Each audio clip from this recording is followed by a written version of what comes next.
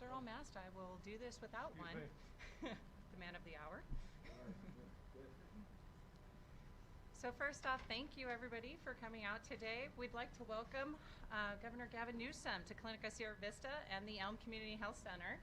It is a historic day here in the Central Valley. Also like to thank our legislators, Assemblymember Dr. Joaquin Arambula, Senator Marina Elena Durazo, and Senator Susan Talamantes Eggman, and all the other dignitaries who have come out today for this moment. It means so much to all of us. We're here today because of our belief that healthcare is a right, it's not a privilege. We truly believe in our souls that healthcare is for everybody and everyone should be entitled to that. Today we're one step closer to fulfilling that promise we made with our community here nearly 50 years ago. We are grateful for the work done by our legislators to push forward on health equity in California, and today together we are addressing the inequities that our health system has in it, including expanding access to undocumented parties and giving a voice to those who have been silenced for too long. We're fighting to address poverty, healthcare disparities, and ultimately, we're advocating for basic human rights. Clinica Sierra Vista team takes care of 130,000 patients in a year through over 350,000 visits. Of those patients, approximately 30,000 are self-pay or undocumented patients in our system. Today, on this campus, over 5,500 of those patients are served here. Community health centers across the country, like Clinica, have been providing healthcare to all for over 55 years. This is a very special year at Clinica. We are celebrating our 50th anniversary, and I'm really honored, thank you. I'm really honored to be working with 1,300 healthcare heroes who have been here every day throughout the pandemic, taking care of our patients. These people that work here truly understand the importance of providing care and being there when our patients need us the most. Today, we are honored to host this tour and press conference and to be a part of this big step forward in creating a better and brighter and really healthier future for all of our Californians. So, thank you. I'll turn it over to Mayor Dyer.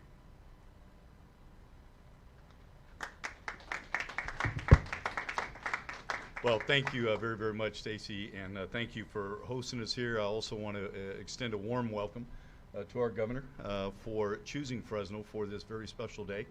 And it is a special day, and so thank you for doing that. And also a special thanks to Assemblymember Joaquin Arambula for his efforts, as well as the other senators on the committee who made this a reality. And one thing that we've learned from the pandemic this last year is the importance of healthcare providers. Healthcare providers like we see right here at Clinica Sierra Vista. And we want to say a special thank you to them for all the work that they've done. They have stood in the gap over this last year and well beyond that in serving our underserved populations. And we want to say thank you, Stacy, for you and all of your folks for doing that. We also learned this last year that there are certain populations that are much more vulnerable than others and susceptible to illness, susceptible to the virus. And I believe that COVID-19 really put a spotlight on that for all of us to see this last year. Everyone is entitled to be healthy, and I really honestly believe that. And oftentimes those vulnerable populations do not have access to health care for a variety of reasons. And this bill today that is going to be signed is going to be one step closer in making that happen. Health care is a basic need, one we often take for granted. And that is the driving force behind Assembly Bill 133, making sure that the basic needs of Californians are met, especially in our underserved population. It's also the importance of everyone getting the vaccine. We want to reemphasize that time and time again.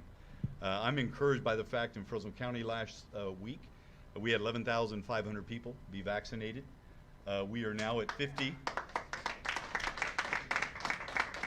We are now in Fresno County at 56.4% of our eligible population. Those are 12 and older, and 86% of our population that is 65 and older have been vaccinated in Fresno County. But we have so much more work to do. We have got to get those numbers up, and thank you to Clinica Sierra Vista for all you do to make sure we're getting the vaccines. Thank you to the governor for what you put in motion this last week at the state, and I believe we're going to see local governments follow suit very, very quickly. And so with that, I want to introduce Jose Torres Casillas, and he is from Health Access. Jose?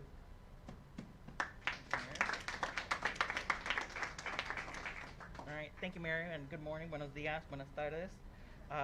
My name is Jose Torres Casillas, Policy Advocate with Health Access California, the statewide healthcare consumer advocacy coalition.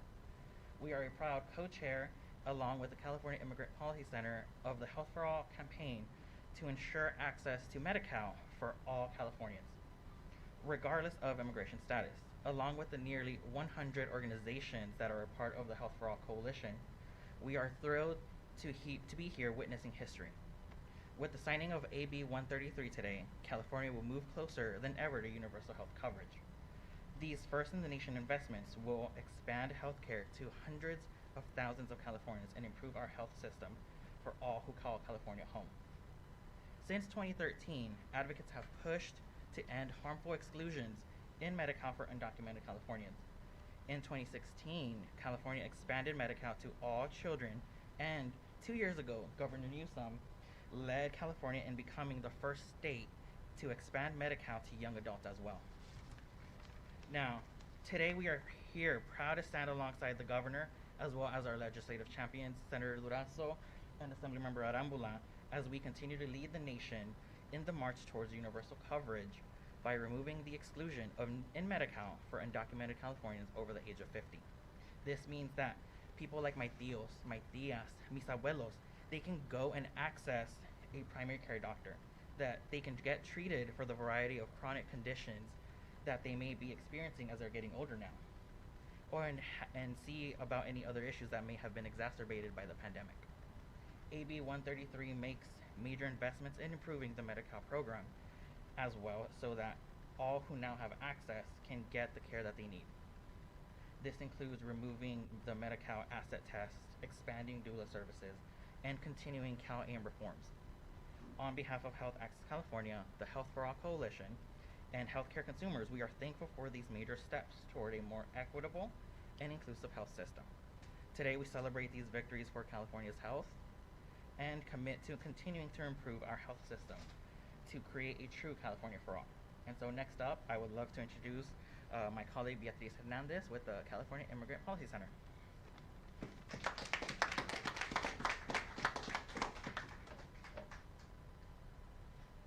Hi everyone, my name is Beatriz Hernandez with the California Immigrant Policy Center. As I stand here, I'm full of emotions to represent my undocumented community, Health Access, and the California Immigrant Policy Center, and all advocates and organizers who made this possible today. I'm out of words, to be quite honest. I am undocumented and I know what it's like to not have access to health care. I benefited from the expansion of young adults to get access to health care, and I want that for everyone, for all Californians, regardless of where they were born. It is such happiness, and I'm here to thank Governor Newsom and everyone here today who made this possible. And to all of you watching at home, know that this is the right thing to do, especially now as we're all dealing with the pandemic and losing loved ones. We all need this access to healthcare now and when we recover from the pandemic. It doesn't matter the color of our skin or where we were born. We all deserve this, and we all contribute to the social fabric of this state. So I want to say thank you y un saludo y mucho amor para toda mi gente del Valle Central, a todos los campesinos y toda la gente que trabaja día y noche, aportando y dando a esta economía, a este estado, porque sin ellos pues no estuviéramos aquí, ¿verdad? Entonces muchísimas gracias, and yeah, that's all I have to say. Thank you.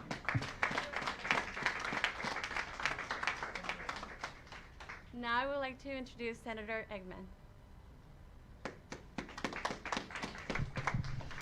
Good afternoon, everybody. I am very honored to be here in this clinic with all of you. I'm just standing here reflecting. I have worked in and around healthcare since I joined the United States military at the age of 18 and was a medic, and have worked way more years than I'd like to admit in and around healthcare.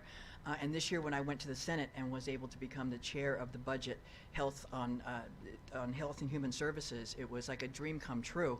And I know I speak for my colleague Joaquin Arambula as well, who's also worked in the healthcare. And when we started this year, thinking that was going to be a terrible budget year, and then when we were able to see that the very wealthy did very, very well, very, very well, and it shows by the excess of money that we're able to have. So what better use of all of that money of people who have done very well than to help those who helped them do so well? And so we not only are able to expand access, but we've been able to expand what is provided. In public health, we're putting a lot more money. In mental health, I'm a social worker. In mental health, huge amount. We know the trauma that people have incurred. We know the stress that people have been under. We know mental health as just as important. We've worked on telehealth, so you don't have to drive all day. And I still have a bill that hopefully we can do 2 billings on one day for both medical and mental health care.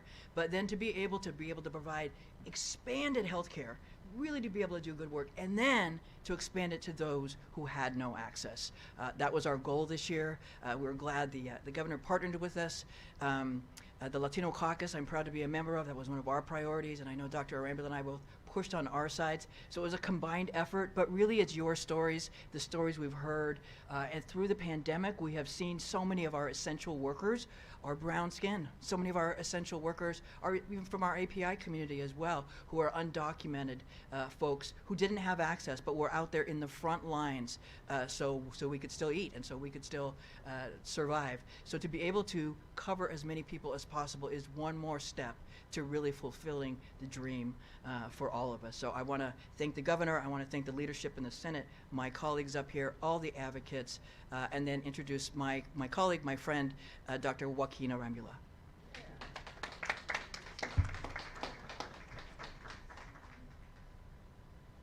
Now, it's hard to summarize all the work that you've done for 6 months in 6 minutes, and I will make sure not to talk for 6 minutes today, as I'm sure many of us want to hear from Governor Newsom and see him sign AB 133. But there's a fair amount that we have not spoke about that is within this bill that needs to be addressed and love to follow up. Whether or not that's California leading the way with the Children's and Youth Behavioral Health Initiative, which will allow our children to receive resources and benefit after going through this pandemic of the century. Whether or not it's the California Advancing and Innovating Medi-Cal, an innovative program that will focus on population health, on enhanced care management, and in lieu of services, ways in which we can improve the very system that a third of all Californians rely on. The programs that are also in here to help us to expand workforce, as in the health profession career opportunity programs, that will allow thousands of students to be able to enter into a health career field after this pandemic of the century, is something that we need to highlight today. But I'd like to talk about, if I can, the importance of increasing access to health care, as it has been a major driving force for me leaving my career field practicing medicine. But it was seeing those inequities firsthand that led me to running for office in the first place. What happens to our essential workers, to our frontline workers, to our ag workers who are working in packing houses, to those who are taking care of us within our health facilities, to those who help to put food on every one of our tables. We have seen how they have helped to keep our economy going and essential to our state being functioning during this pandemic. But it's those same workers who bore the brunt during this pandemic. It was those same people who suffered the worst consequences, and it is why it is so important that in this budget we are doubling down and investing in those same communities. It is our immigrant brothers and sisters, our communities of color, who are going to benefit from this increase in access. It's going to be our elders and seniors, our income eligible uncles, aunts, grandparents, our families who will benefit from this investment and increase in access. But it does not go without advocacy for years. From groups like Health Access to the California Immigrant Policy Center to great legislators like our champion, Senator Durazo and Senator Eggman, as well as our tremendous leadership with Pro Tem Atkins and my speaker, Anthony Rendon. But none of this is possible without our governor, Gavin Newsom, and the great state of California continuing to invest in all Californians. I will say how important it is to increase this access, but I believe those who will benefit will speak more about what it means to them. As a representative for the Central Valley, where I have the honor and privilege of representing many people who contribute and pay taxes but can't always benefit from the health care systems they pay into, today they can. It is for those elders and seniors who have been paying taxes for years that we will now be able to provide health care coverage, and this is a day we should celebrate. This is a day we should be excited and recognize that our government is working for the people, and I am so pleased to be doing the people's work. Thank you for allowing me to share what is within AB 133, but I would be remiss as a physician not to also uplift the importance that our vaccines play right now. They are our best protection and defense against COVID-19 and the variants like Delta that is going through our communities right now. It is important for everyone, regardless of immigration status, to receive vaccinations, and wants to make sure to encourage everyone to come out and do that. Now, without further ado, I would like to introduce my friend, my colleague, our champion, Senator Maria Elena Durazo.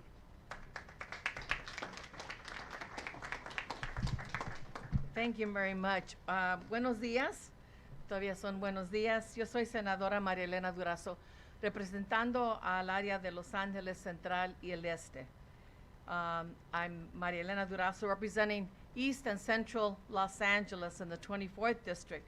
And as my colleague said, I want to acknowledge him, Assemblymember Arambula, Senator Eggman, our legislative leadership, President Pro Tem Atkins, Speaker of the Assembly Rendon, the Latino Legislative Caucus, advocates, supporters, activists. Congratulations to everyone for your hard work in raising this issue.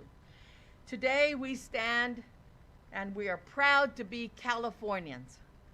Governor, we are proud of what we have accomplished together. You have combined humanity and reality, pragmatism and idealism, and a good heart with great courage.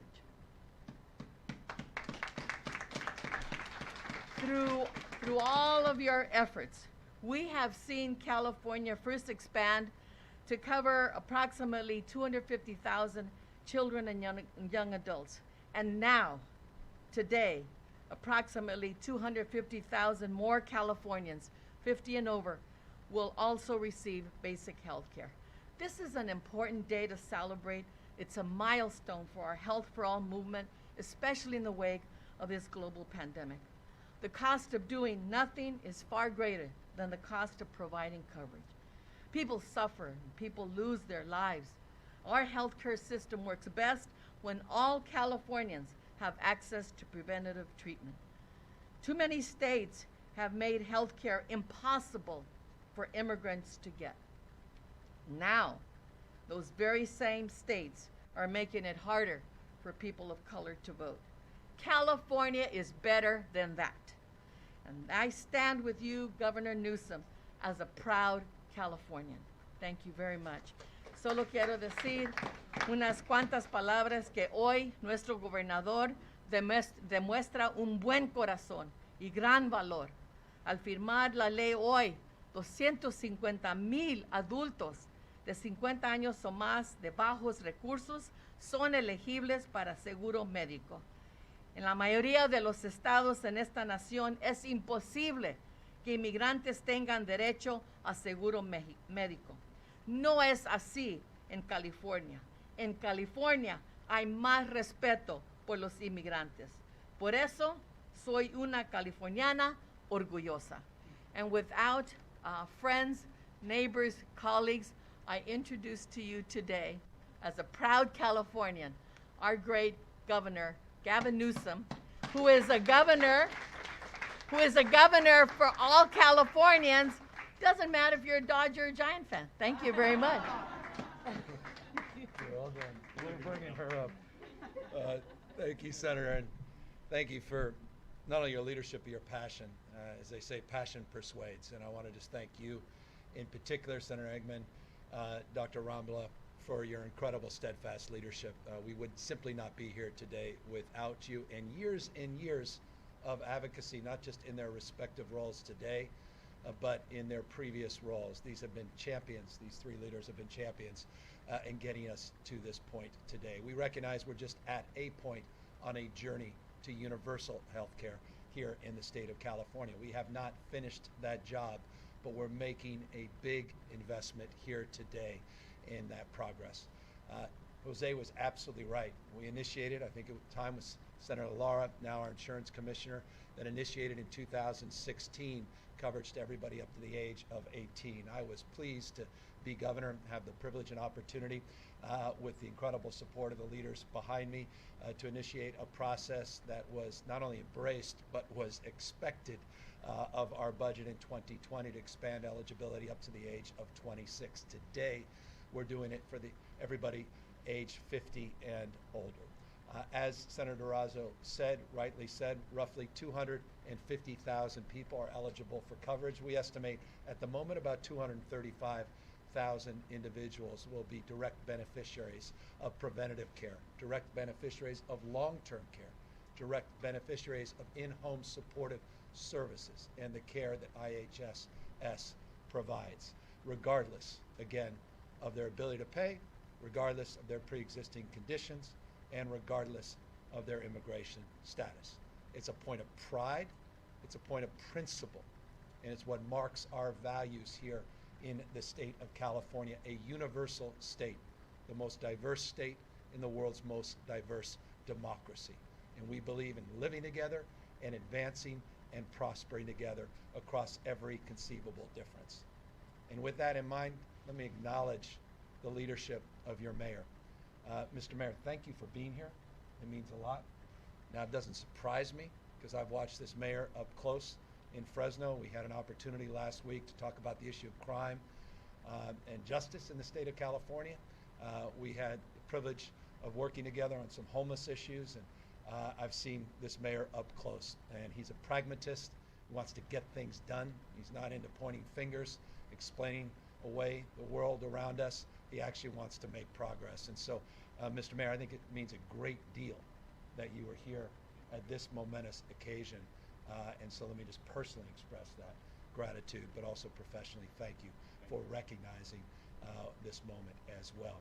To Beatrice, thank you for putting a human face on this issue as well, and reminding us of the Commonwealth, reminding us of the universal nature that is this state, and the fact that we're all in this together. And I appreciate all your incredible advocacy. And Jose, thank you. You guys, we wouldn't be here without you as well. It's that dialectic between people in positions, Senate, Assembly, governors, mayors, but those with moral authority, like the two of you, that push the envelope and raise the bar of expectation. And we're grateful to both of you for your leadership as well. Stacy, this is an amazing clinic, and it's one of many all throughout our state, particularly here in Central Valley. Thank you for what you're doing. I had the privilege of walking around this clinic with Stacy to meet some of the frontline employees, and many of you behind these cameras. Thank you for your incredible work. Thank you for reminding me when we walked in there that it's not just about dollars and cents. It's not about ABs and SBs. It's not about bills, trailer bills, or other kinds of bills. It's really about impacting other people's lives, and you do that each and every day. And so I want to just thank you for the incredible work you're doing here in Fresno and throughout the Central Valley. Let me just, as briefly as I possibly can, and Dr. Rambla did just a spectacular job summing up a complex bill, because this has many components. Of course, it has the expansion of health care regardless of immigration status to everybody over the age of 50, but there are other critical components, and it was referenced a moment ago, and it's incredibly important. I believe Senator Engman also reminded us that there's an important component of this bill, $4.3 billion, $4.3 billion to provide comprehensive universal screening for mental health for every child aged 0 to 25. This is the biggest investment this state has ever made in this space for support, screening, and services. The most comprehensive investment to really focus on brain health in a detailed, culturally competent, bottom-up way. That is a second component of this important piece of legislation. A third important component is $2.2 billion of a $3 billion commitment the state is making to rebuild mental health housing and infrastructure. The great dismantling that began in the 1960s and 1970s, not only here in the state but across this country, that great dismantling has led in many respects to the conditions that we are experiencing here today.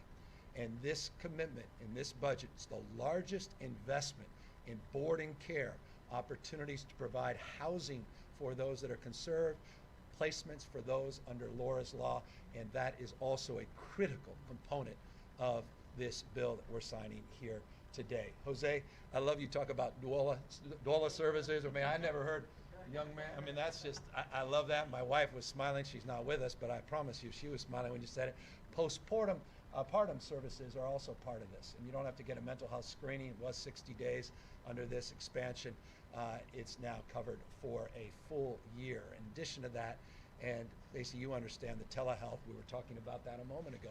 The legislature and their wisdom, thank you again, Senator, others, for their legislative leadership. We're going to extend the telehealth opportunities through 2022, another critical component of this legislation as well. And so I can go on.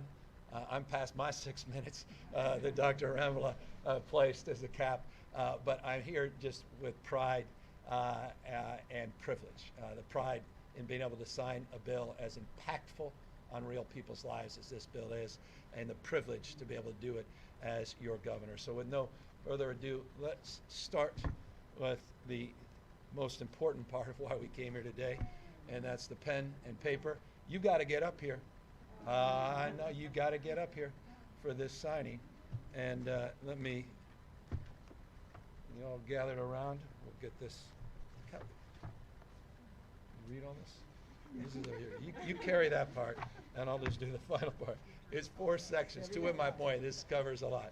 And by the way, this is the last bill signing of this, well, record-breaking budget. Record-breaking reserves, record-breaking surplus, record-breaking investments to address some of the pre-existing and systemic challenges the state has faced in historic ways. This, perhaps one of the more important of these trailer bills. With that, we're honored and proud to sign this bill. Doctor, thank you very much. That's your pen. Thank you, guys. What do you think? Pretty easy, huh? Is this it? That was it. This is the. I read every single adverb in these bills. With that, I have my spokesperson who's here to answer any questions. You ready? All right. That's why you came. You told me that you were ready. We're here to answer any questions. And if there are no questions, we'll just thank you all for. Hi, Governor. Dale Urong from ABC 30. The CDC today will issue a revision to its mask-wearing guidance. The CDC will recommend that people, even if they've had the vaccination, they should wear masks indoors in areas of high COVID transmission rates. Governor, what are your thoughts on the CDC revision, and how might it impact future mask-wearing guidance here in California? Well, we've been working hand in glove with the CDC, or face to mask with the CDC for some time.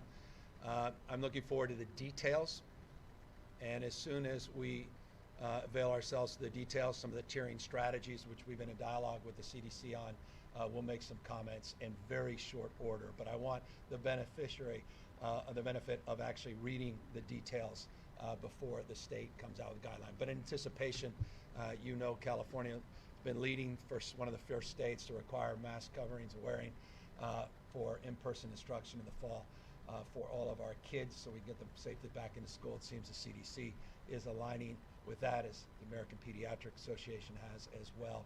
But we'll be taking a good look at it, and within the next number of hours, be putting out a statement. Hi, Governor Jocelyn here with CBS 47. Two quick questions. One on this specifically, if you could talk specifically when this goes into effect and exactly how this pandemic highlighted the need for this. And then the second question, just as you're announcing this, I wanted to see if we could get your reaction to two recent polls that showed support for the recall has grown, and how do you hope to gain more support now weeks before ballots go out? So as it relates to the application implementation, there are many different components in this legislation. Again, you saw the stack here.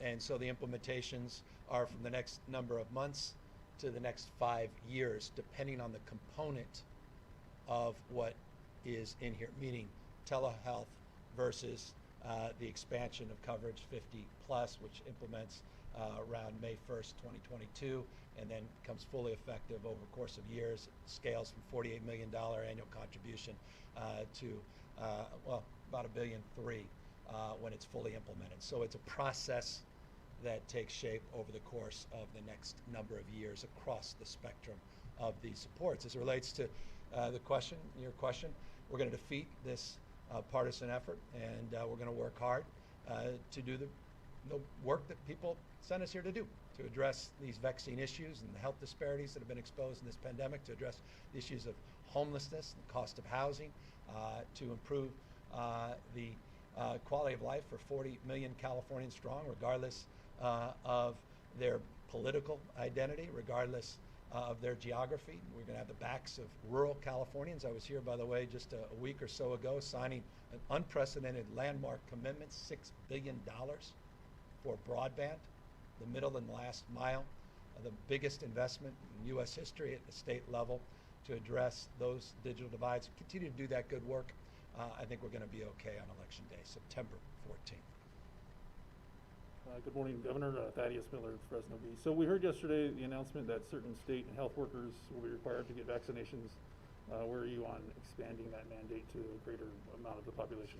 Well, what we did yesterday was significant. No other state has done what California did. We not only did it for 246,000 state workers, but roughly 2.2 million additional healthcare workers were part of this overall announcement. We have partnerships from clinics, hospital system. You saw statements yesterday. We're very grateful for the statements that came out, California Medical Association and others that were supportive of these mask verification and or testing requirements. You also, I hope, noted that many cities, many mayors announced publicly. A number of them have reached out privately and are ready to soon make similar announcements, as well as many representatives in the private sector. You saw over 300 bars, just as an example, in the Bay Area that announced a similar strategy independent of the state's action. Obviously, with the CDC's action on masking and the growing anxiety around this Delta variant, 5.4% positivity today. 5 weeks ago was about 0.7%, plus or minus 5 weeks. Gives you a sense of how quickly it's moved. Over 3,200 now people hospitalized, was less than 900 in the middle of June. Gives you a sense of the urgency of this moment and the imperative and importance of people getting vaccinated. Final point, and Dr. Rambla made it, as did the mayor. It is incredibly important to do two things at once. One is to thank the millions and millions of Californians that have gotten vaccinated. Because of your work, we're doing better than vast majority of states in this country. Let me be specific. 10.4% positivity rate, or excuse me, case rate in California. It's 49 in Florida. It's 10.4 in California, 49 in Florida. And I think that's substantially driven by the fact that roughly 75% of all eligible Californians have received at least one dose. So that's the good news. But the bad news is there are about 25% of folks that are eligible today that can go to a clinic like this, no cost, regardless of their immigration status, no cost, and avail themselves to that same life-saving vaccine, but for whatever reason haven't done it. Now, I met a young lady a moment ago who was very candid with me. She says, I'm in here today to get vaccinated because I had a family member that got sick. And that's what it took for her, and I respect that. She otherwise was not necessarily that enthusiastic to get this life-saving vaccine, but now she realizes it's not just about her. These are her words. She says it's about her family now and protecting them. And so we're mindful that there are a lot of people that are still anxious, a lot of people that still need to work with doctors in private settings to work through those anxieties. But we also recognize there are a lot of people that have been misled by misinformation. And we've got to call out the misinformation campaigns. We've got to call out those that are knowingly misleading the public. And we minced no words on that yesterday, and we'll continue to be very targeted and focused on those misinformation efforts. Hi, Governor. Rich Rodriguez from Fox 26. Along vaccinations, we've been around this vaccination thing for 8 months for COVID, and you've tried everything. You've had incentives, big and small. We've seen long lines go to 5-minute inconveniences. So is there going to be a time when you just finally say, some people just don't want a vaccination? Yeah. Will you throw in the towel, or is this going to be something that you just won't give up? We're never going to give up. Absolutely. We're going to meet people where they are. We're going to, if the answer is no, you ask a better question. You got to keep at it. Let me give you some specifics. We're not, by any stretch of the imagination, throwing our hands up. Let me give you specifics what we've just done the last week. We're investing $40 million with the support of the legislative leaders you see behind me to work with primary care physicians, small family doctors, to provide grants so those trusted messengers, truly trusted messengers, can work through those anxieties of individuals. That's a new program, and those dollars are going out in real time. We put now 480 community-based organizations to work, 400 ethnic media partners to work. We have barbershop programs. We have faith-based programs. We've taken static sites to make them mobile sites. We are quite literally doing phone banking to the tune of 1.3 million conversations that 70 CBOs have had through a GOTV program, Get Out the Vax program. We're providing more opportunities, not only at community clinics like this, but at school sites and encouraging employers to do the same. You're right. We did incentives, and it looked like the incentives worked. California may have outperformed the rest of the nation. Some of the incentive programs may not have worked as effectively, but we saw a reduction in the rate of decline of vaccinations when we put those incentives to play, and we actually saw a modest increase week over week at the peak of those prizes. So we'll continue to push hard at this, continue to push back against the misinformation. We have a whole team at the Department of Public Health that actually has a misinformation dashboard and newsletter that they put out, an email hotline that they have around misinformation, and they can counter it with trusted messengers. We have video Q&As that we put out in a very culturally competent way, and we are in every part of the state, not just in large urban settings, but all throughout the state, in rural and even very remote parts of the state where we still have a lot of work to do. Hi, Governor. This is Sarith from Valley Public Radio. You talk about homelessness a lot in your efforts, and I'd like to know, are they benefiting from the mental health screenings that you just spoke about, or the mental health housing? How will that roll out, and how much money is the state planning to invest to meet all the components of this bill? $12 billion. The homeless commitment is unprecedented in U.S. history. California's largest investment to address the issue of homelessness was $950 million. We were able to do that together last year despite the economic contraction, despite a budgetary deficit. This year, we're investing over the next few years $12 billion, $6 billion into our successful home key model. And I just want to again applaud the mayor, who just quickly drove efforts to procure and acquire hotels and motels and get people off the street in real time. That sense of urgency is what I believe the taxpayers expect. We are not interested in 5 to 10 year plans when we have strategies now that can produce more immediate results. And so we are taking the program that provided 6,000 units last year, $849 million investment, and putting $6 billion, 5.8 to be exact, in this budget to help build on that program and provide even more flexibility for the type of housing that the mayor here in Fresno and other parts of the state can procure. We're also looking comprehensively at the issue, again, of behavioral health. These dollars now will begin to be invested. We're looking at matching strategies and grants with local and regional partners. We're supporting our entire healthcare delivery system at record levels. And it was noted a moment ago, and I was remiss, one of the most significant things that was a part of this component package is something called CalAIM. Dr. Rambla referenced it.